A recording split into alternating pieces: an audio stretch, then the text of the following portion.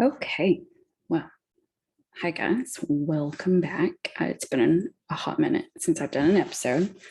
Um, I took a little bit of a break. I know I said, I think on my last podcast, I started a new job, so I took a little bit of a break, and also we kind of ended on a really good episode. The episode I did with Jenny, that was a really, really good episode, and I kind of wanted to pause on that one. Not really to be like a season finale, but to kind of be a midway point, to take a little break to kind of focus on school and this new job. But I wanted to come back because there are a couple of episodes in a row that I'm going to do that are kind of very like have been on my mind.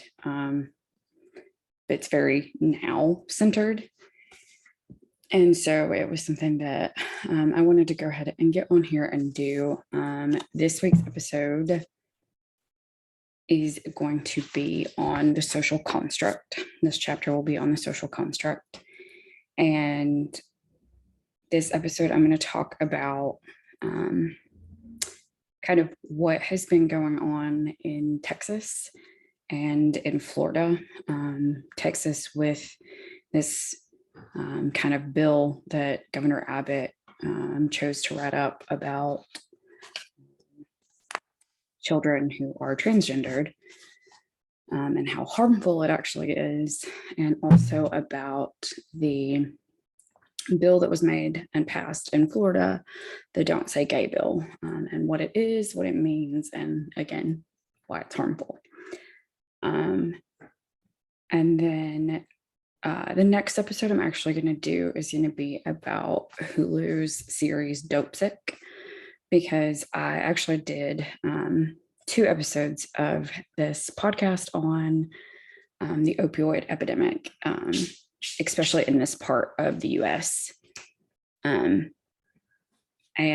that series actually is a visual representation of kind of what's going on, and the fact that it was filmed, maybe not filmed, but it's based on somewhere that was literally 30-40 miles away from where I grew up, is something that was really interesting. So those are going to be the next 2 episodes, and then I'll have some follow-ups as well. And usually I'm not the type to sit and plug this kind of thing, because it's always been just about getting people to listen and or watch that maybe needed it, and maybe someone that could help point me in the right direction to help get my nonprofit started or help get policy written. But if you guys actually like to listen to this, if you like this podcast, if you like the information that I go over, please tell your friends, share a link, put it on your social medias, tell people about it, get other people to listen. I also do record these onto video, and there is a YouTube channel. It's just Management Scientist Pod. If you decide you want to watch it, go over, give it a view. If you're someone that likes visuals versus just the audio. But, like I said, please give a listen, tell your friends about it, tell somebody you might think needs to listen to this, to give us a good listen. I would really, really appreciate it. And I'm going to go ahead and get into this episode, which again, it's the social construct. It's not only about these bills that are happening in Texas and Florida, but why it is so important for people to be allies. Also why it is so important to use the proper pronouns, and to be respectful of people who have come out as transgendered or as non-binary, and to address them in the way they want to be addressed. So I'm actually going to start out with the bill that happened in Texas, and I'm going to kind of go point by point. I took a screenshot of it, and I'm going to kind of read off some of it and go over what it means and how harmful it can be, and why things need to change, why there needs to be support. Something else that's come out of it that is definitely detrimental and harmful. But this memo was written just a week ago, on the 22nd of February. And it basically says that Governor Abbott says that he's been corresponding with the Office of the Attorney General, and he said it's now confirmed in the opinion that there's some number of so-called sex change procedures that they put in quotations that constitute child abuse in the state of Texas. Now, let me mention to you that the state of Texas is one of those states that has written this heartbeat bill as well. This is just a widespread thing. They've written this heartbeat bill where if someone has an abortion after there's a detectable heartbeat, which is sometimes before a woman even knows she's pregnant, that they can be put in jail. They can be arrested and put in jail. But if a child is raped and is pregnant, they're forced to have this child, but that's not considered child abuse. But this, what he's talking about, is considered quote unquote child abuse. And what he goes on to say is that he calls out the Texas Department of Family and Protective Services, which is DFPS, which is very similar to CPS or DCS, but for that state. He says that they're responsible for protecting children from abuse. And so he is directing them to handle investigations into any family that knowingly has a child who is openly transgender, who is going through typically before parents that children who have come out as transgendered, who know that they are transgender, who were either assigned female at birth or assigned male at birth, before puberty, if they come out before then, they can take what is known as hormone blockers. This will block the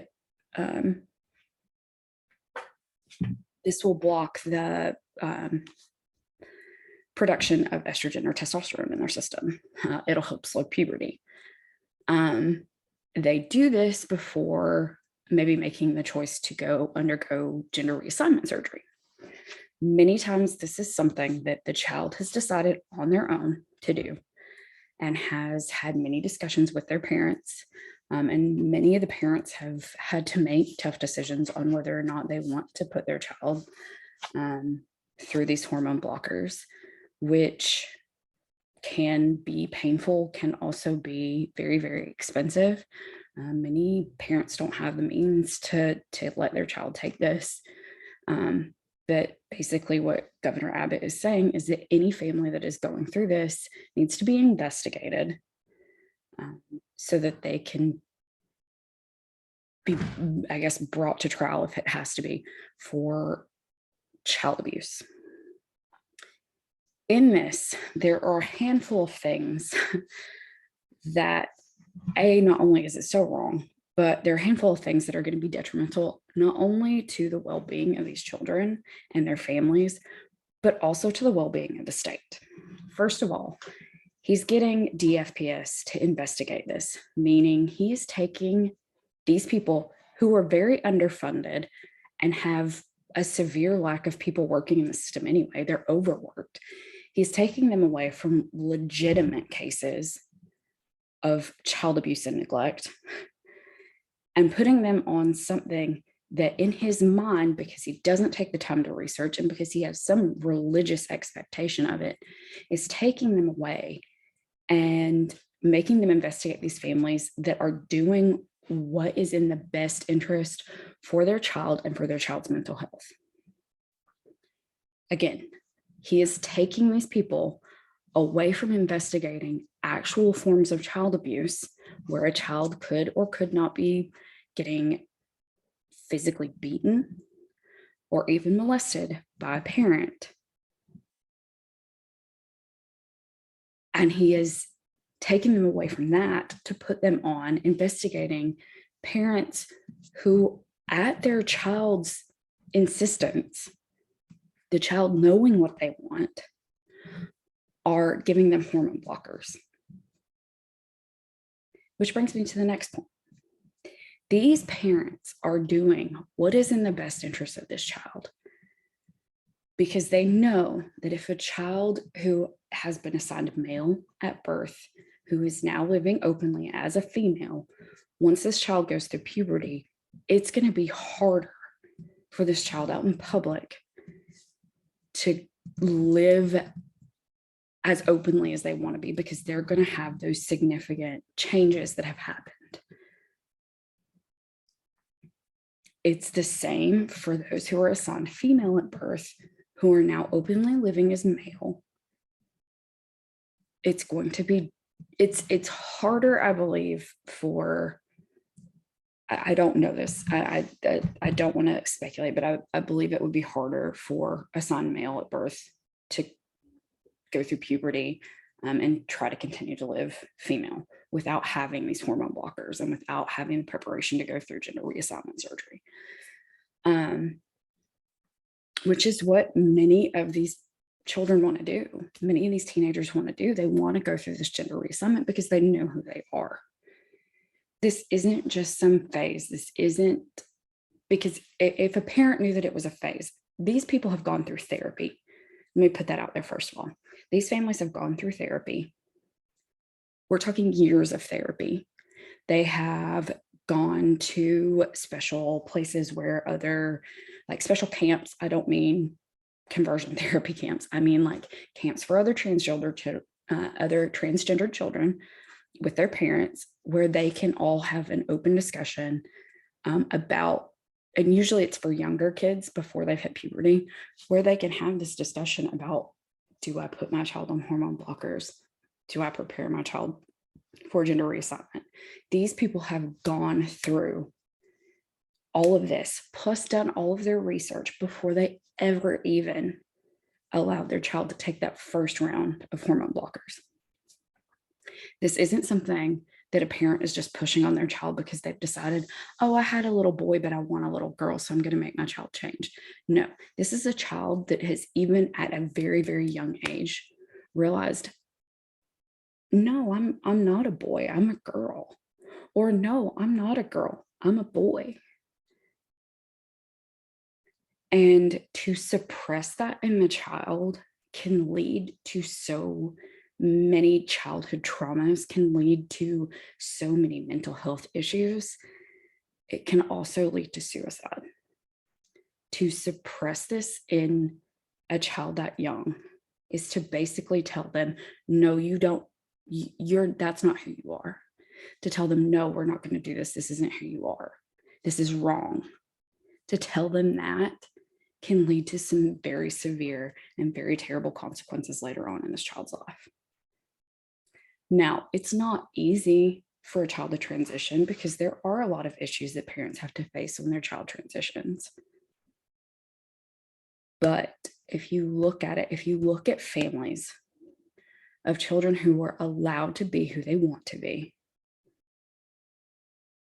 whose parents have who have put them through therapy, who have let them know, hey, you know what, there's going to be people out in this world that aren't going to understand you. But you know what? We love you. We care about you. And there are going to be people who are just like you, who are going to love you and who are going to accept you and are going to care about you. These children have a much higher rate of being less likely to have severe mental health issues, of being less likely to want to commit suicide. Now, there's always those who have been bullied to the point where, and don't have the resources to get the help that they need, who will, unfortunately choose to end their life. Which brings me to another sad reality of what's happening with this bill. In the news, after this bill swept through Texas, they have taken off the numbers for the Trevor Project, which is what the Trevor Project helps those in the LGBTQ community get the help that they need. It also has the Transgender Suicide Prevention Hotline. Texas took that number off of their national suicide prevention hotline site. That means people who are specifically trained to talk to those who are transgendered have been taken off of this resource, and now they are forced to call a suicide prevention hotline where there may be somebody who isn't completely trained. Even though, don't get me wrong, the National Suicide Prevention Hotline does a phenomenal job, and they are a great resource. It is something that I will leave the numbers down in the description boxes. But for the state of Texas to have taken this resource off means that they give zero fucks about these children and about their well-being. Although he is saying, oh, we're doing this to protect the children. No, you're not. What you're doing is great harm. You are causing these children to be, it's almost like conversion therapy. You are causing these children to not have the resources they need to live the life that they want to live. You are making them be something that they are not. And that is going to be severely detrimental to their mental health. Not only that, but you took away a very large resource for them in their greatest time of need. And that is just unspeakable. And I know that there are a lot of people who are like, well, why don't these people just leave Texas? Well, A, many of them can't. That's their home. But B, if they leave, that's leaving to, that is them leaving and not maybe being an example to another person, maybe not being a resource to another person who's going to the same thing. So maybe they don't want to leave because they want to be that. It's just, again, it's a horrible situation all around. And what's even worse is they're imposing these sanctions on teachers who don't report, who have a failure to report if they know that a child is transgendered and could potentially be taking these hormone blockers. These teachers can face lawsuits if they don't report it. And it's the same for the general public. He says on here, it's the same for the general public. And he calls it abusive gender transitioning procedures. And he wants them to investigate where these facilities that facilitate this. He wants them to investigate that. He calls it abusive procedures. But yet, if a young girl gets raped and is forced to carry a child by rape to term, that's not abusive. This is 100% a case of church and state not being separated. This can be considered a form of religious trauma. This is horrible. And the fact that this is going on in our borders, the fact that these children are going to be subjected to this horrible instance of my family could be investigated and I could be taken away because I know that I am male or female and my family is trying to help me transition. This child is going to face this, oh, I was wrong. I made my family get torn apart. This is going to just be completely detrimental to the mental health of thousands of children living in Texas. That brings us to Florida, to the Don't Say Gay bill.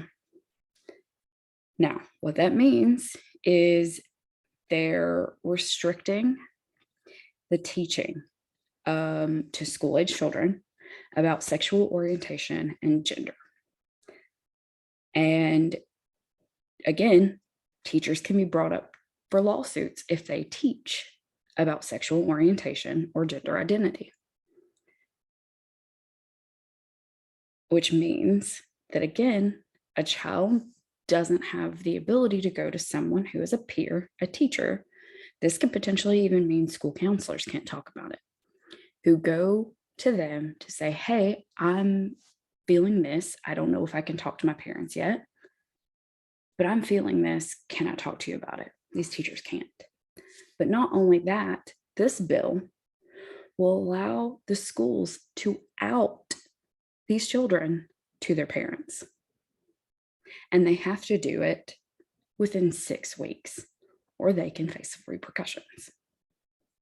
This means a child who has been afraid to come out to their parents, maybe for religious reasons, maybe because their parents could be bigoted. Maybe they're just scared to know what their parents are going to think.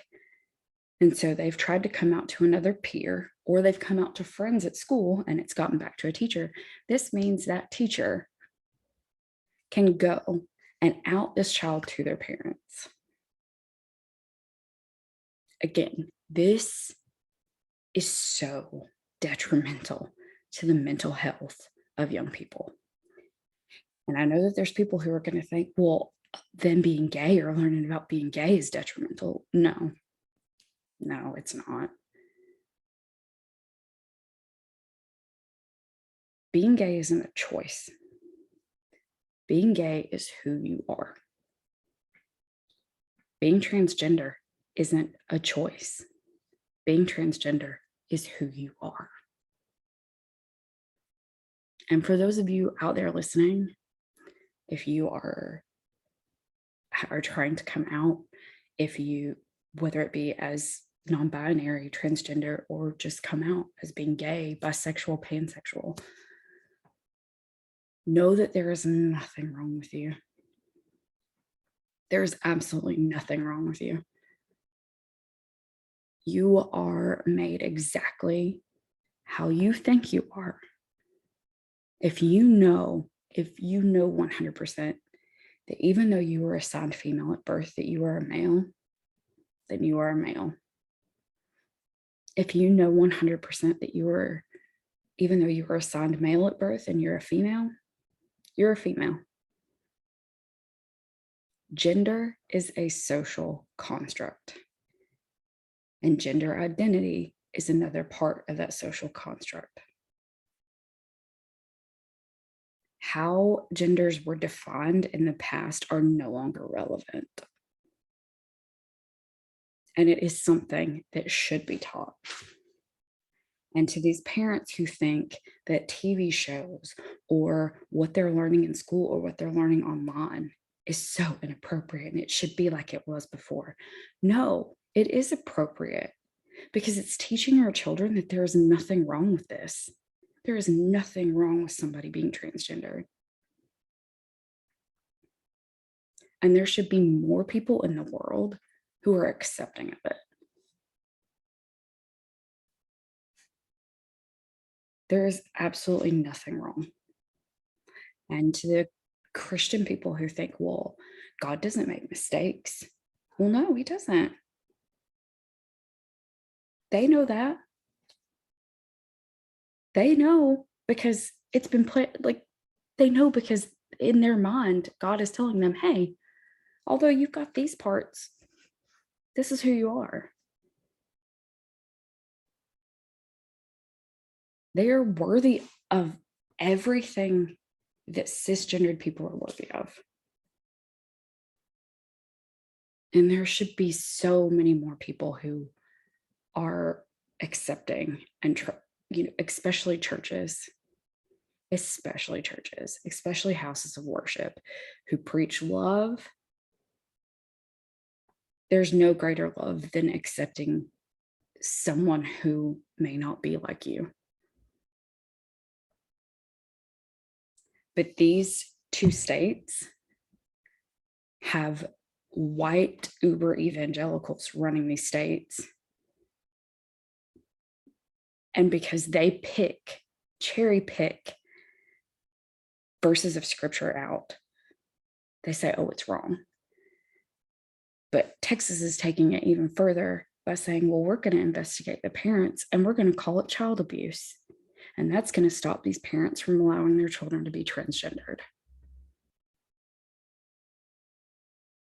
That in itself is the abuse. Will it change? No. It won't change, not until they get somebody else in office. But just know, for all the families out there, keep fighting. Keep allowing your children to be who they are. Keep having these open conversations. And yes, even though you may have this religious expectation, don't allow that to mean that you love your child any less. Don't allow that to mean you think that your child is messed up in any way, shape, or form. Be open, be accepting, love your child, because this can save them from so much heartache and so much just detriment to their mental health later on in life. This could even help save them from taking their own life.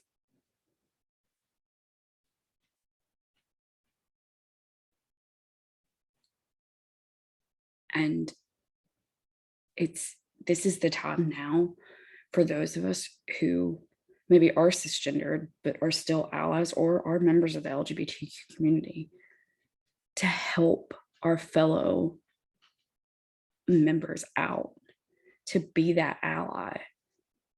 This is a time where we need to stand up for those families who are going through this, for those children who are seeing someone tell them that they're wrong in the way they're living, to stand up and say, no, you are just fine the way you are. You are special. You are worthy to be what you want to be. Now is the time for that. And this brings me to the whole issue of pronouns. One way that you can help out and be respectful to anyone who is transgendered or non-binary is to address them by the proper pronouns. If someone is non-binary and they want to go by they, them, even if you knew this person, if they were a she or a he before they came out as non-binary, it takes no time to learn to say they, them. And yes, I've even messed up myself, and I will apologize and I will correct myself immediately. My go-to was always to just say their name, because I was like, well, then I can't mess up. But that's just a crutch. It's the same thing. It's just as wrong to just say their name. Use the proper pronouns. If they have transitioned and they want to be known as he, him, or he, they, or she, her, or she, they, use those proper pronouns. If it is someone who is completely transitioned and they have a new name, use their new name.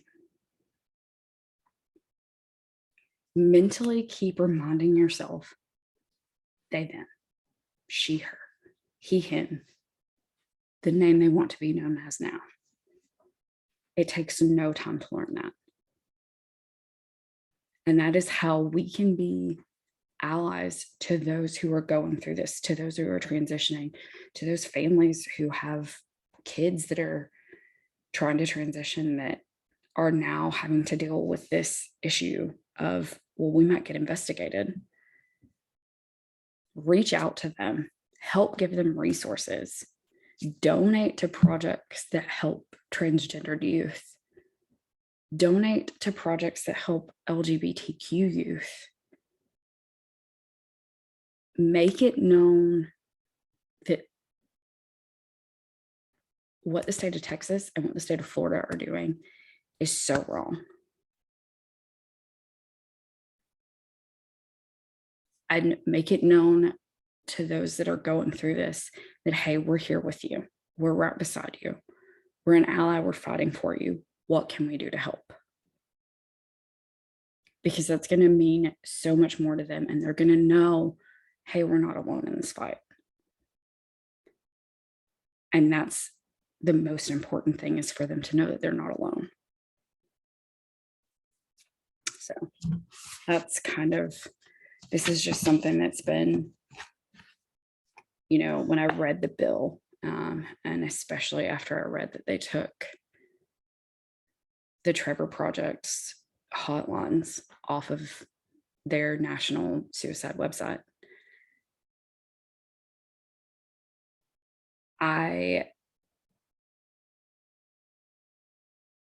it was so horrible to me, because all I could think of was, these kids are either going to have to stop, which can be so detrimental to their health if they stop taking these hormone blockers now.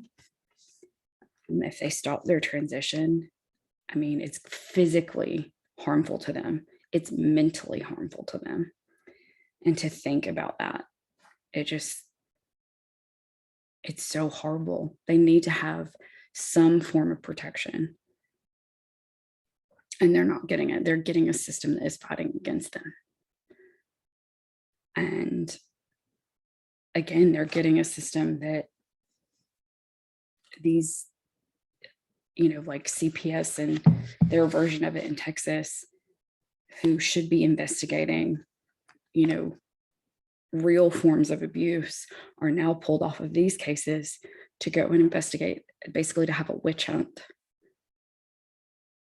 Because the governor of Texas wants to put his personal religious beliefs above the health and well-being of the children in his state. And we all know that Florida's governor is just, he yelled at kids for having masks on the stage.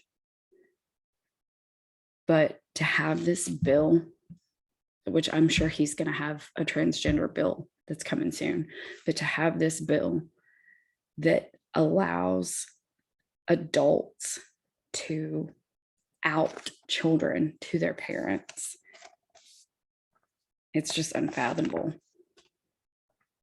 It's, I want to say I don't believe it, but it's Florida.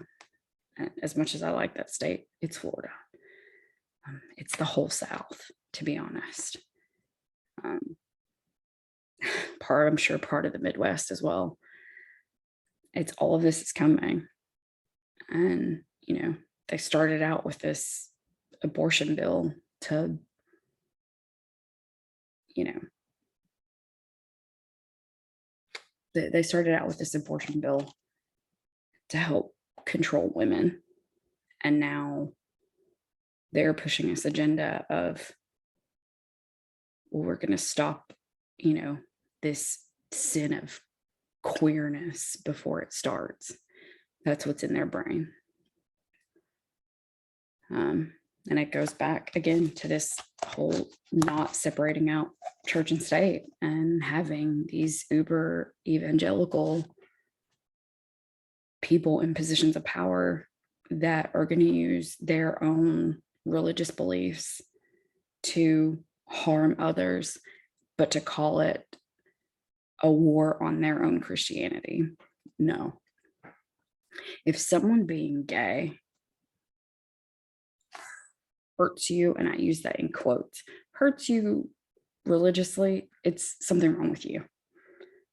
You already have the issue. There's something wrong with you. There's nothing wrong with this person. Again, I'll leave numbers for the Trevor Project for Suicide Prevention Hotline down in the description boxes. Don't hesitate to call. It's, there's always been this whole, we've got to save our children. Yeah, we do. And these children who are transgendered need it the most now. And hopefully they will know that there are thousands of people out there who are allies, who are ready to help them in any way, shape, or form that they can. And hopefully that they'll get through this.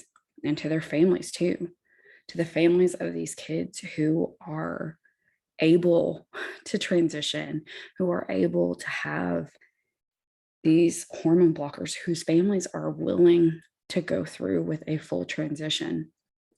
To those families, I say thank you. Thank you for loving your children enough to allow them to be who they are.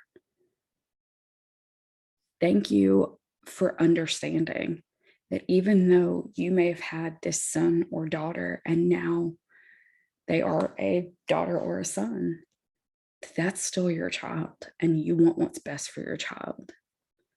And that is to allow them to fully be who they are. To parents who have children who have come out as gay or bi or pansexual and have embraced it with open arms, thank you. Thank you for showing your children that there is nothing wrong with them. Thank you again for allowing them to be who they are. You are what an example of a great parent is. Someone who, regardless of what you may have wanted or what you may have thought, have allowed your child to be fully who they are and have understood that it means everything to allow them to do this.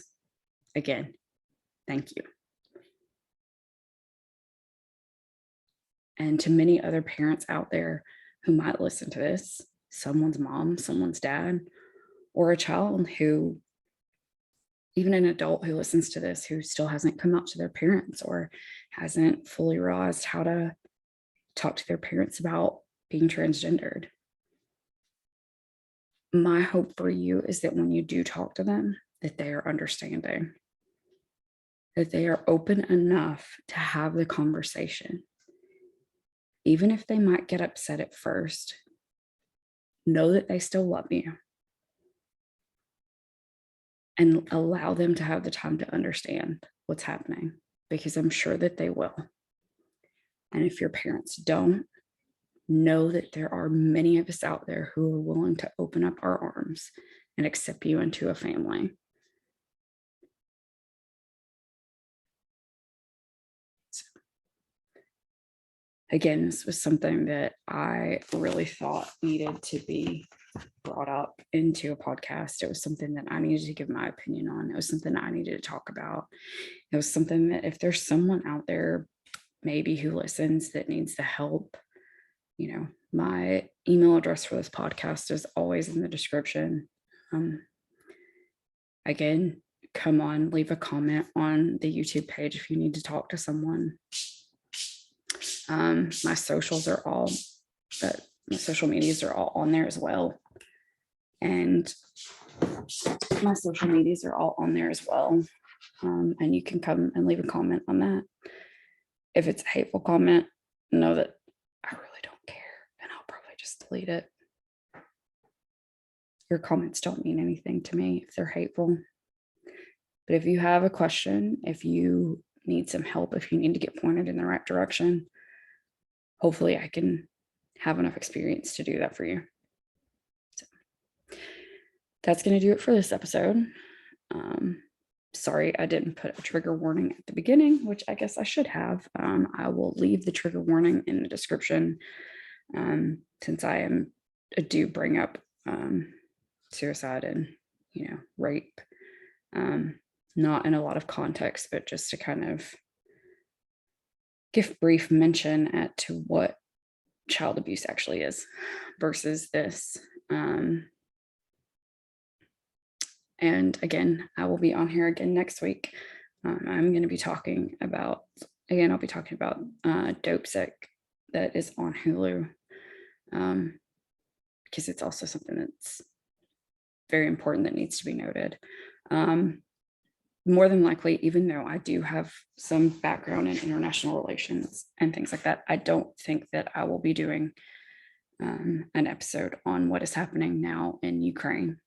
And my thoughts are with them, and I definitely stand with Ukraine. But I don't think that I'll be doing an episode on that, just because I don't have enough experience and I don't have enough information that I'm not going to insert myself in something that I don't know what's going on, although it is a very important situation. I mean, you look at it, Switzerland has imposed sanctions, and Switzerland is a very neutral country. So, but yeah, I don't think I will devote an episode to that, just because I don't want to spread misinformation. And I'm sure there's people who are going to think that this episode was spreading misinformation, but it's not. But so I will see you guys next week when I talk about Dope Sick, and then I'm going to do a whole episode on mindfulness and why, especially during this last year, it's very important to practice. So I will see you guys next week.